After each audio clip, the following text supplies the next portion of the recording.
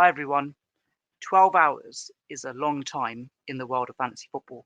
And as content as I was with my updated draft team ahead of the deadline, which wasn't my final team, a lot of changes have happened since then that has basically forced me to radically tinker it. The principle remains the same, but I'm stacking up with 4 teams in particular. But due to the sheer number of red flags, I have to make some significant changes. So what I'll do is just remind everyone what my initial draft was, followed by the updated draft to what I now consider to be my final draft team. So first and foremost, a super quick reminder of how the team was before Feb. So I had Kane, Haaland, and Jesus up top with my initial draft, and the midfield consisted of Sane, Foden, Saka, and Bellingham as the captain. And then the defense was Hummels, Cancelo, Zubeldia, with Romero in goal, and a bench of Kobel, Rodri, Upamecano, and Nacho. So it was very balanced, covered a lot of the bases. So after I published the video last night, I did make some minor tweaks. I got rid of Mbappe, got Rodrigo in, and Haaland and Kane still remain up top. I had De Bruyne and Foden in my updated squad, as well as Coman and Sane, and the defense consisted of Ake, Vazquez, and Hakimi, with the goalkeeper being Donnarumma, and the bench was Romero, Zaire Emery, Upamecano, and Hernandez. Now, having said all of that, I had to do further tweaks to my team because it then transpired that there were other red flags in the team. So this is my final draft for the round of 16, subject to any last-minute red flags that appear, but I'm fairly happy and content with this final 15. So Kane, Haaland, and Rodrigo up top. As mentioned, all of these players have shown a degree of form in the Champions League this season and have been regular starters.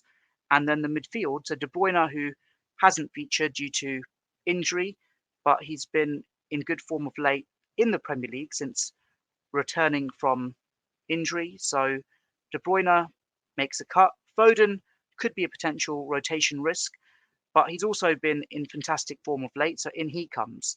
Now, the tweaks that I've had to make to my updated midfield, had to get rid of Coman, unfortunately, because he's red flagged. So in comes Musiala, and I've got Sane as well. Both of these players really haven't set the Champions League alight this season, but I'm hoping with the knockout stages that they'll come to the fore. And the defense, Ake, Vazquez, Hakimi. And then goalkeeper change here. I've got Lunin of Real Madrid. So he's been somewhat of a regular starter and cheaper than Donnarumma, helps me unlock funds. And then the bench consists of Romero, Zaire Emery, Upamecano, and Hernandez. And of course, all 4 of these players are ready to be subbed on in the event that the other players don't deliver in some shape or form.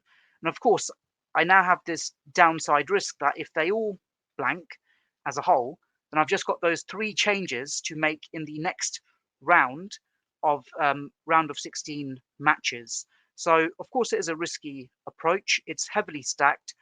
I would expect City, Bayern, PSG, and Real Madrid to progress to the next round. That's why I've heavily stacked up on these players. I would hope that the vast majority of these players aren't rotation risks, and I'm willing to give it a go. So just to sum up there, the team has had to have had some tweaks due to red flags, and I'm just hoping for the best. Let's see what happens. Please let me know in the comments below if these additional tweaks make more sense or if this stacked approach is doomed for failure. As I've mentioned before, I've only taken UEFA Fantasy Champions League semi-seriously this season, whereas in previous seasons I barely played it. So I don't mind how it goes either way. Apart from that, wishing you all the best in match day 7. And if you can like, share and subscribe, that would be greatly appreciated. Thank you.